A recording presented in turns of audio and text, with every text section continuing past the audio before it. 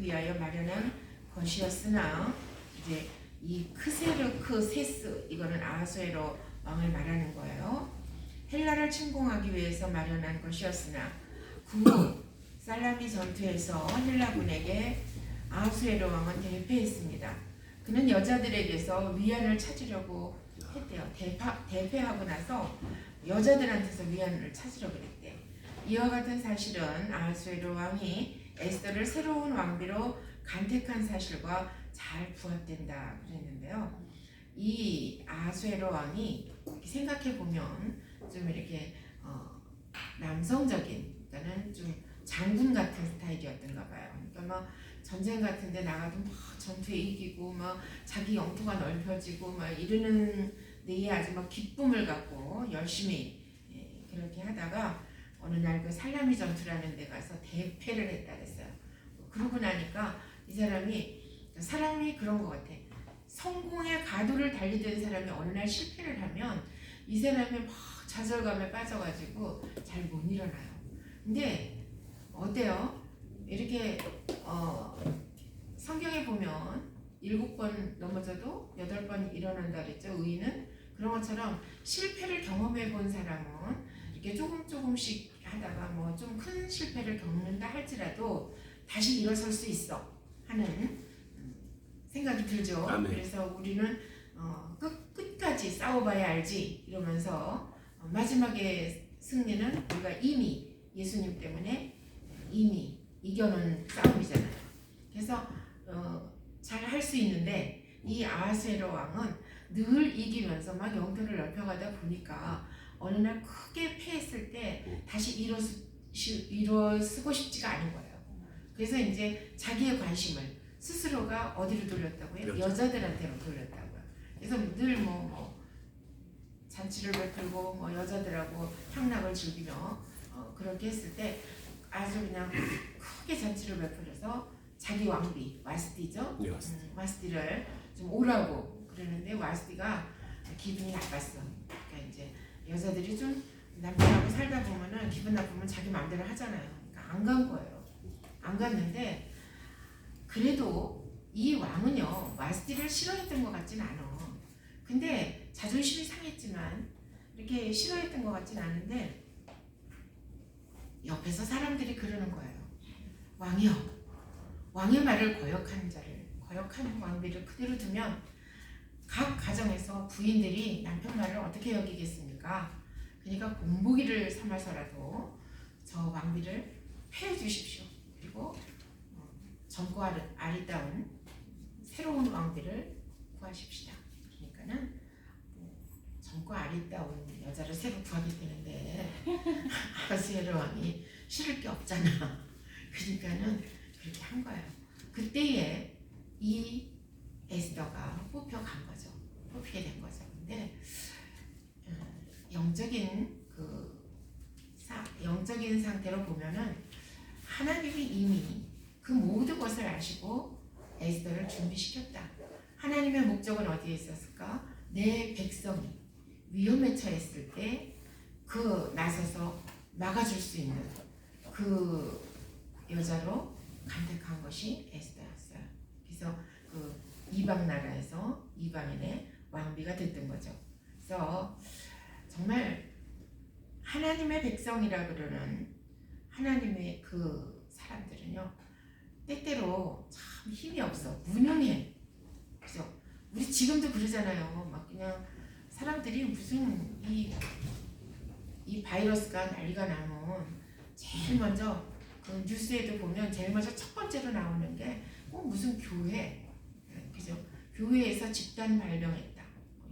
이렇게 특히나 또 개신교 막 표적 삼아서 얘기를 해요. 근데 그걸 보면서 슬퍼할 것은 아니고 우리가 확실히 하나님의 사람들이 확실하구나. 많은 종교가 있지만 그 중에서도 하나님의 이름을 부르는 여러 다른 종교들 중에서도 개신교가 진짜다. 그렇게 생각해요. 아멘. 왜냐하면 힘없는 백성이 사람들의 눈에 볼 때 그냥 잠시 있다 없어져 버릴 것 같지만 우리는 정말 들꽃처럼 들풀처럼 밟아도 그 끈질긴 생명력으로 다시 일어나잖아요. 2000년. 왜? 하나님의 말씀은 진리이기 때문에 그 진리는 영원히 살아 있습니다. 그렇기 때문에 우리는 짓밟혀도 살아날 수 있는 거예요. 근데 이때 이 에스더를 예비시킨 그때에도 하나님의 관심이 뭐였다고요? 힘없는 내 백성이 어떻게 기뻐할 이유를 찾아갈 수 있을까? 생명의 위협을 느낄 때도 다시 그것을 통해서 화가 변하여 복이 되는 그 역사를 보면서 기뻐지겠죠? 나를 지켜주시는 분은 역시 하나님뿐이야, 이렇게 되겠죠? 그러니까 하나님의 백성이 역사상으로 볼 때는 매우 초라한 처지에 처해 있을 때의 이야기입니다. 이 에스더서는.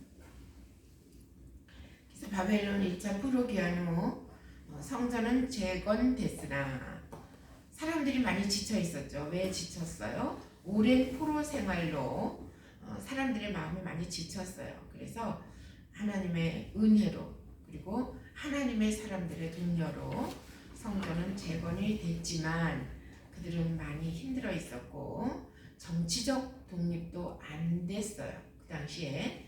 근데 그 하나님의 구속사에 현실적으로 볼 때 고통뿐이지만 그 고통 가운데서 기쁨이 없던 그 백성이 이 에스더서를 보면 굉장히 기뻐지죠. 그게 이제 불임절의 역사예요. 불임절에. 그러니까 우리가 불임절 그러면 뭘 생각해요? 역전시키시는 하나님. 내 삶에 역전시키시는 그 하나님이 계시다는 게 얼마나 큰 위로가 되는지 우리는 말로 다 알 수 없습니다. 그 하나님 때문에 우리는 에베네셀 하나님, 조금 아까 찬양하되 에베네셀 하나님, 능력의 하나님, 그 하나님이 우리 아버지시다 하면서 뿌듯해할 수 있는 거예요. 자, 제목은 히브리어 성경의 표제는 에스더다. 에스더라는 뜻은 별이죠. 에스더의 히브리식 이름은 하다사로서 그 뜻은 아름다운 나무, 도금냥이다. 이 이름이 에스더로 개칭된 것은 아하수에로 왕의 왕비가 된 뒤였을 것으로 추측된다. 저자가 메대와 바사 여왕의 일기라는 이방 궁중 역사 자료가 첨부된 사실을 감안한다면 본서는 바사에 오랫동안 거주하였고 바사의 궁중과 밀접한 관계에 있었던 한 익명의 유다인 저자가 하나님의 영감을 받아 기록한 책으로 본다. 연대는 모르드게가 활동한 시기인 아하수에로 왕의 통치 시대, 그러니까 아하수에로 왕이 한 21년 그 정도 통치했더라고요.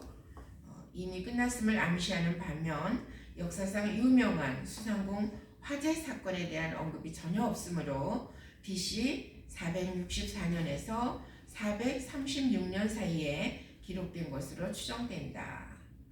기록 목적이 중요하다 그랬죠. 본서는 그 내용 자체가 불임절 기원 설명이라는 점에서 보듯이 불임절 사건에 나타난 하나님의 구원의 능력과 사랑을 이스라엘 후 세대에게 증거하며 불임절을 준수함으로써 신앙 각성의 기회를 삼을 것을 권면하고자 기록되었다. 특징 보겠습니다. 하나님의 이름이 단 한 번도 언급되지 않으면서도 역사를 주관하시며 선민을 보호하시는 하나님의 섭리를 극적으로 보여준다. 루기와 더불어 여성이 주인공으로 등장한다. 고대 바사의 풍습과 법 시행 과정이 잘 드러나 있다. 왕후의 폐위와 등국, 하만과 모르드게의 대립으로 사건이 발단, 전개의 갈등을 이루는 전반부의 긴박감과 원수가 처형되고 전 유다인이 구원되는 통쾌한 해결의 절정과 승리의 대단원을 이루는 후반부가 완벽한 구성을 이루며 극명히 대조된다. 여러분 에스더서 재밌죠? 네, 너무 재밌습니다. 네, 오늘처럼 이렇게 종강을 에스더서로 하게 돼서 참 기뻐요. 아주 이렇게 마음이 가볍고 좋더라고요. 근데 잠깐 좀 이렇게 참고가 될 얘기를 하겠습니다. 구원 사건에 따른 기념절기가 4가지가 있어요. 구원 사건에 여러분 잘 아시는 6월절이 있죠. 6월절은 어린 양을 기념하는 거예요. 그래서 우리를 위해서 십자가에서 죽으신 예수 그리스도를 상징하고 있습니다. 6월절.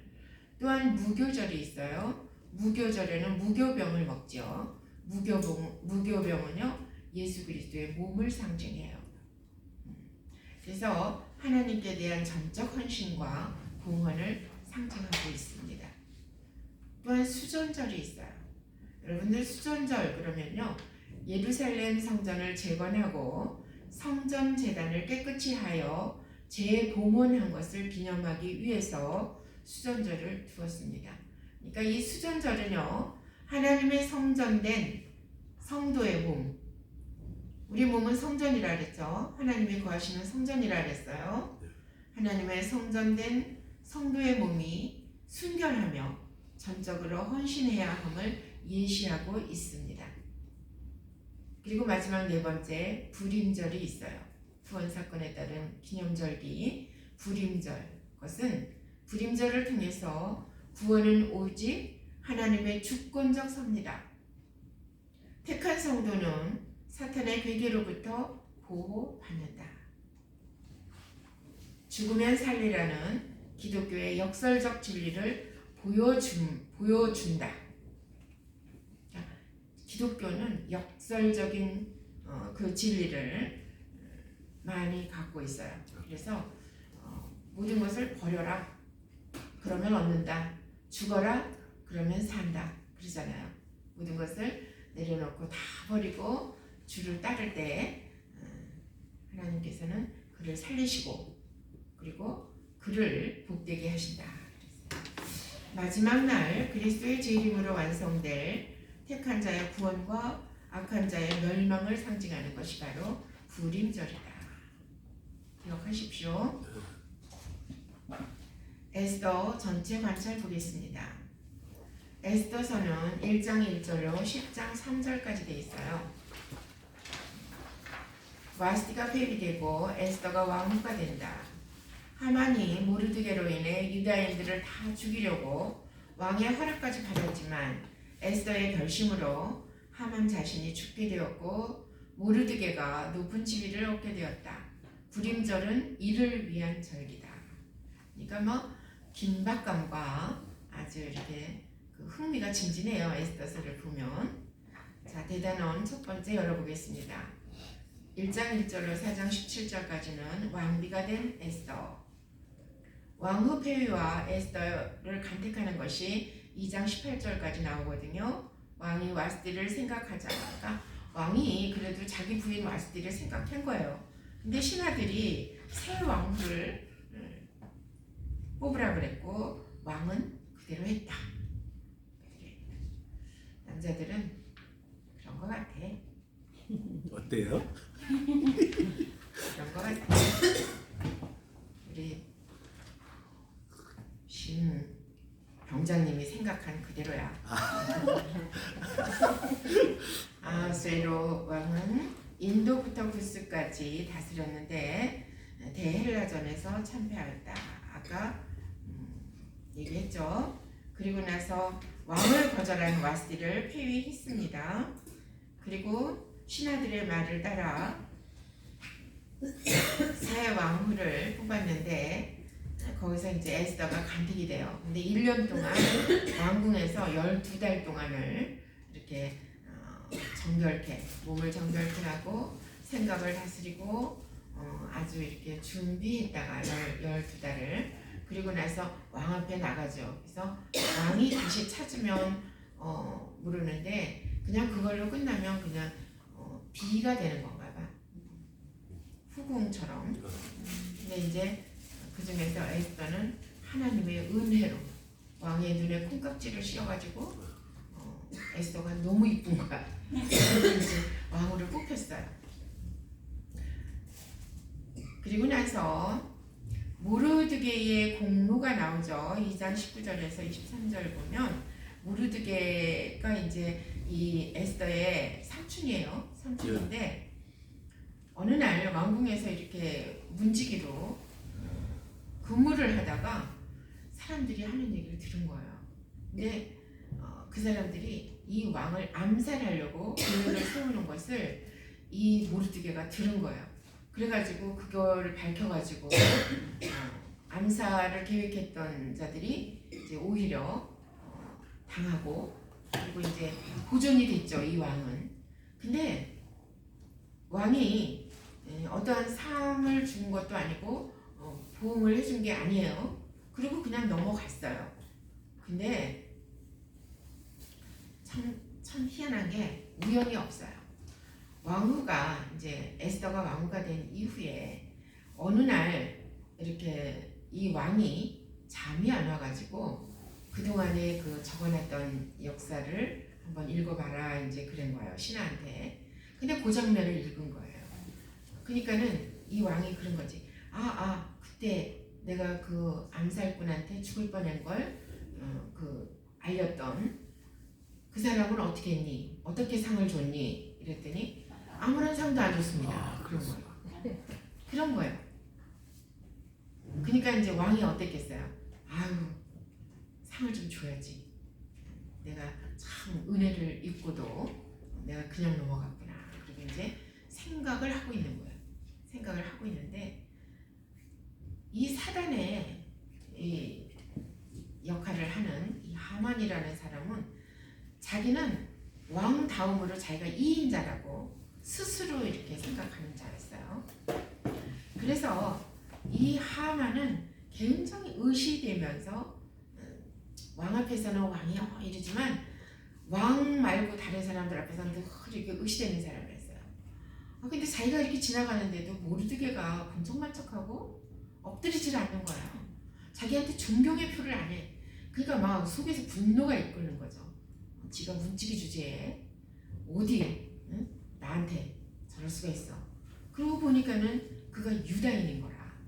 그러니까는 그냥 모르드게를 벌을 주려고 계획을 세우는데 이참에 눈에 가시 같은 유다인들을 몽땅 다 말살시켜버리자. 하만이 음모를 꾸민 거예요. 음모를. 그래서 그는 아말렉의 아각 후손이에요. 그래서 그는 사단을 의미하고 있어요.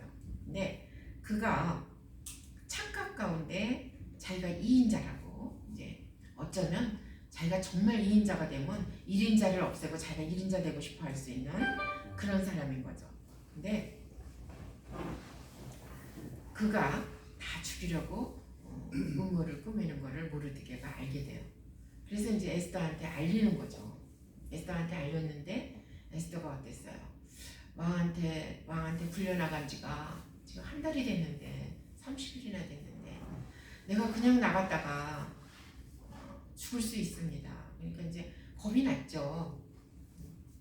그랬더니 모르드게가 그러는 거예요. 네가 왕궁에 있으니까 너는 네 목숨은 상관없다고 생각하니? 근데 하나님의 이 백성들은 하나님이란 말을 안 해. 여기 에스더서에는 하나님이란 말이 안 나와요.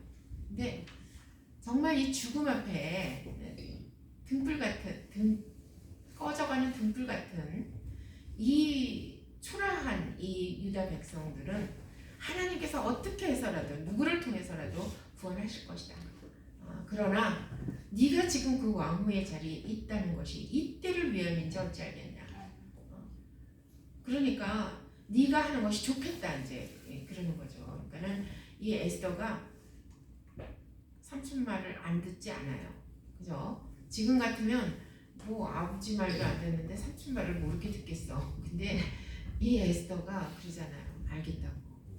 내가 정말 금식하고 가겠다고.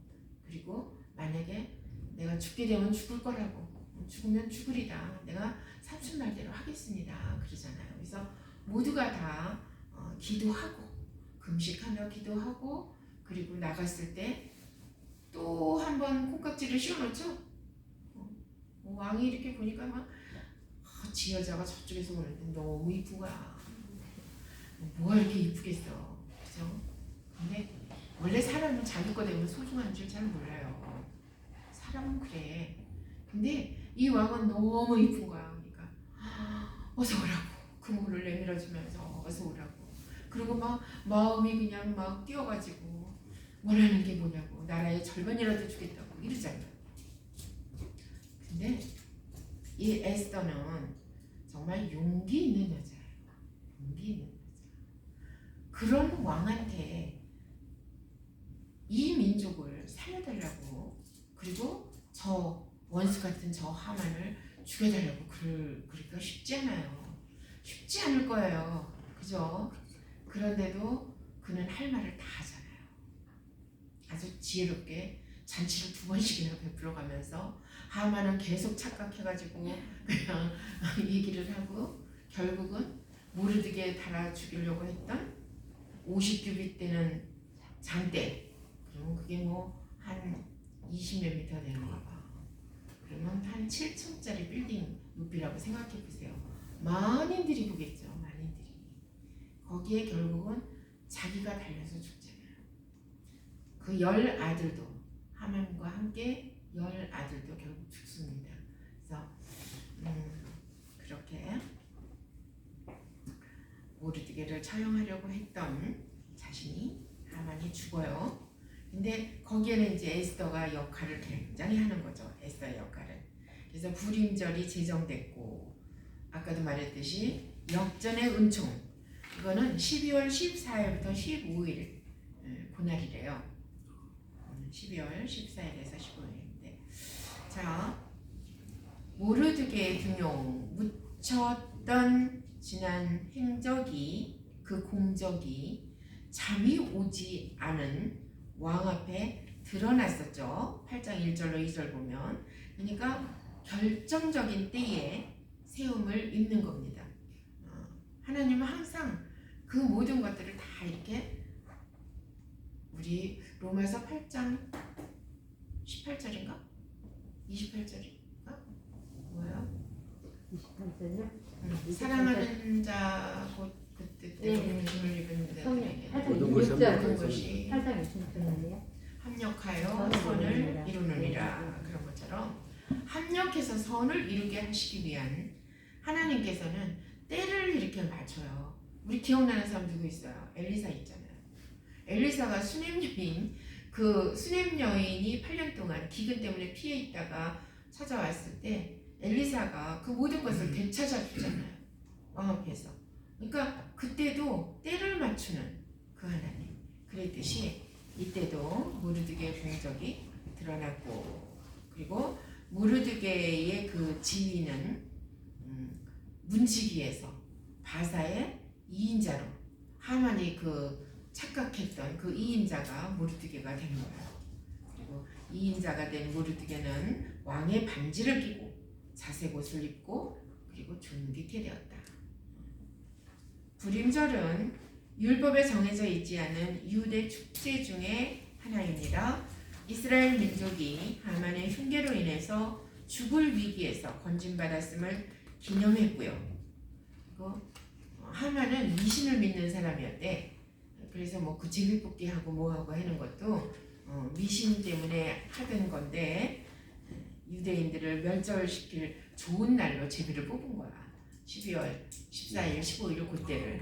그랬는데 제비 뽑아서 선택했던 그 하만이 거기서 그냥 죽는 거죠. 그래서 화가 변하여 복이 되게 하시는 하나님의 역사로 바꾸시는 역전의 기쁨을 노래하게 되는 거죠. 불임절은 그런 겁니다. 우리 한번 참고로 에스더의 신앙은 어떤 신앙일까 한번 생각해 보기로 해요. 에스더는 지위가 높아졌음에도 겸손과 순종을 잃지 않은 여인입니다. 자기가 왕후가 됐는데도 그는 삼촌 말을 잘 듣죠.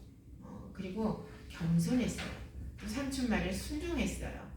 그 겸손과 순종을 잃지 않은 여자였다. 그리고 그가 극한 상황이었을 때, 내가 죽을 수도 있다 하는 극한 상황이었을 때 그 상황에서도 하나님만을 신뢰한 여인이다. 또한 하나님의 도우심을 구하기 위해서 금식하며 기도하며 간절히 매달리는 신앙이었다. 민족을 위해서 자신의 목숨을 내어놓을 수 있는 여인이었다. 그리고 기회가 주어졌을 때 비겁하지 않았다. 왕이 막 말해봐, 내가 너 나라의 반이라도 줄게, 막 이렇게 했을 때 그 기회가 주어졌을 때 담대히 말할 수 있는 뭐를 했다고요? 악인의 흉계를 밝히는 일을 한 거예요. 그러니까 동족을 멸절시킬 그 계획을 폭로한 거죠. 민족의 구원을 위해서 개인의 부귀영화를 내려놓은 여인이었다. 에스더서에 나오는 하만은 적그리스도에 비교되는 자입니다. 적그리스도. 하만이 이 악한 하만이라는 히브리어는요, 이렇게 무슨 얘기를 하면 그걸 숫자풀이로 이렇게 한대요. 숫자로 이렇게 표현을 한대요. 근데 그 히브리어로 이 악한 하만 이거를 숫자로 하면은요 666이 된대요. 그래서 적그리스도로 비교된다. 그러니까 적그리스도는 뭐예요? 짐승, 곧 적그리스도의 숫자가 666이죠. 또한 바사 왕에게 존귀와 권세를 받았어요. 하만이 처음에 존귀와 권세를 받았어요. 적그리스도도 사단으로부터 능력과 권세를 받습니다. 요한계시록 13장 27절에 보면 2절에 보면 사단으로부터 능력과 권세를 받아서 적그리스도가 탄생하는 거예요. 그리고 하만은 모든 사람에게 경배받기를 원했대. 자기가 막 경배를 받고 싶은 거야. 경배받기를 원했대. 근데 적그리스도도 그렇죠. 만물의 위에 서서 경배받기를 원한다. 그러니까 계시록 13장 4절에 나와 있어요. 또한 하만은 전 유대인들을 멸절시키려 했다. 에스더서 3장 6절에 보면 멸절시키려고 계획을 세우잖아요. 근데 적그리스도는 계시록 13장 6절 7절에 보면 성도들을 믿음에서 떠나게 하려고 했다. 할 수만 있으면 믿는 성도들도 그냥 탐을 내잖아요, 사단이. 근데 이 성도들을 믿음에서 떠나게 하는 것이 적그리스도의 목적이에요. 마지막으로 하만은요, 정말 권력을 누리다가 결국은 파멸하죠. 권력을 누리다가 아마 에스더가 이 왕한테 오실 때는 하만 장군을 데려오셔서 그러니까 자기는 기분이 좋았을 거야. 그냥 왕후가 말이야, 왕을 초대하는데 나를 꼭 데리고 오라 그러네. 내가 굉장히 중요한 사람이야. 그리고 혼자 막 그랬죠. 네, 결국은 파멸했다. 적그리스도도 마찬가지예요. 결국 불과 유황 못에 던져져서 멸망할 것이다. 멸망할 것이다. 계시록 20장 10절입니다. 그러니까 우리 신학적 해석 충분히 읽어보시고요.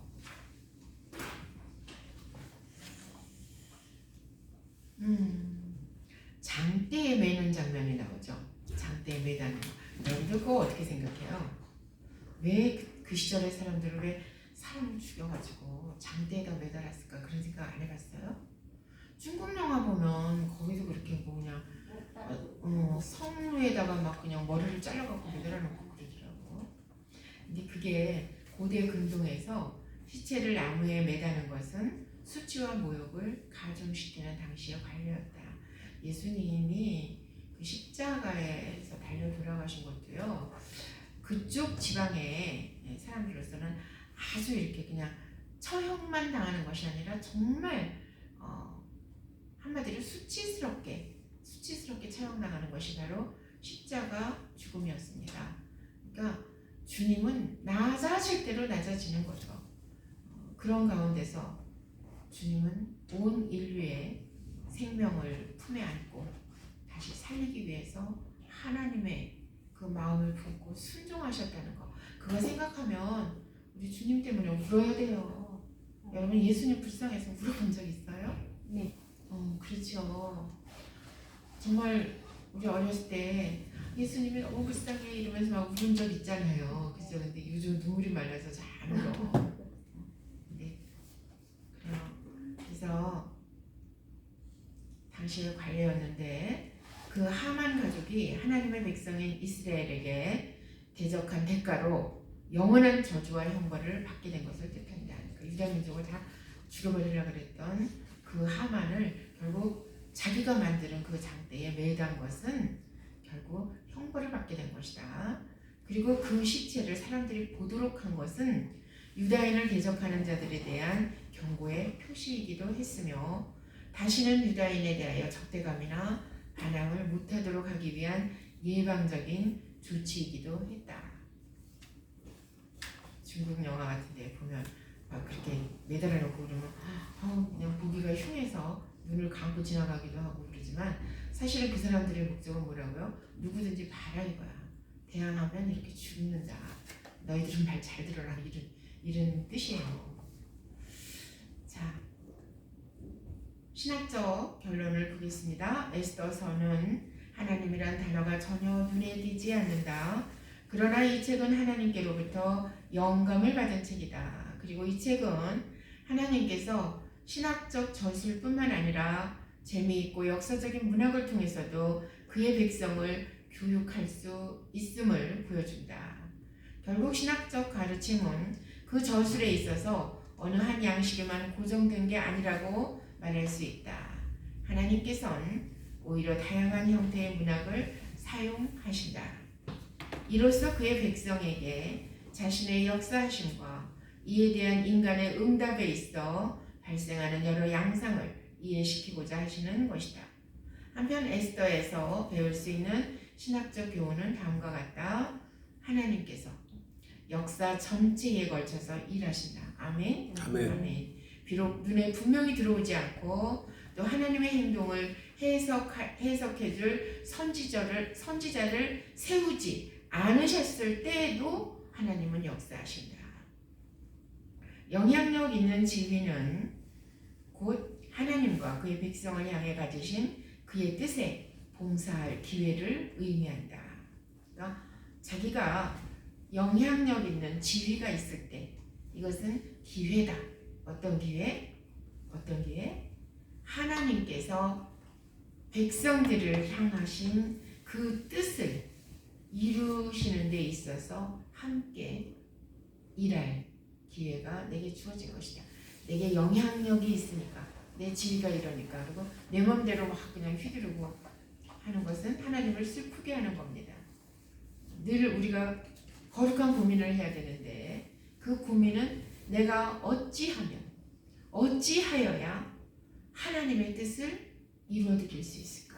내가 동참할 수 있을까? 그 아버지의 마음을 늘 생각함으로 그렇게 살아가야 됩니다. 출생 시의 사회적 신분의 사역에 있어 가능성의 한계를 결정짓는 것은 아니다. 그러니까 이 에스더도 부모 없이 가여운 고아였지만 그 출생 신분은 한없이 그죠 연약하잖아요. 그럼에도 불구하고 그것 때문에 난 아무것도 할 수 없어가 아니라는 거죠. 그러니까 우리도 내가 상황이 이러니까 내 환경이 이러니까 내가 흙수저? 흙수저. 내가 오리지널. 그래 오리지널 흙수저니까 나는 별 볼 일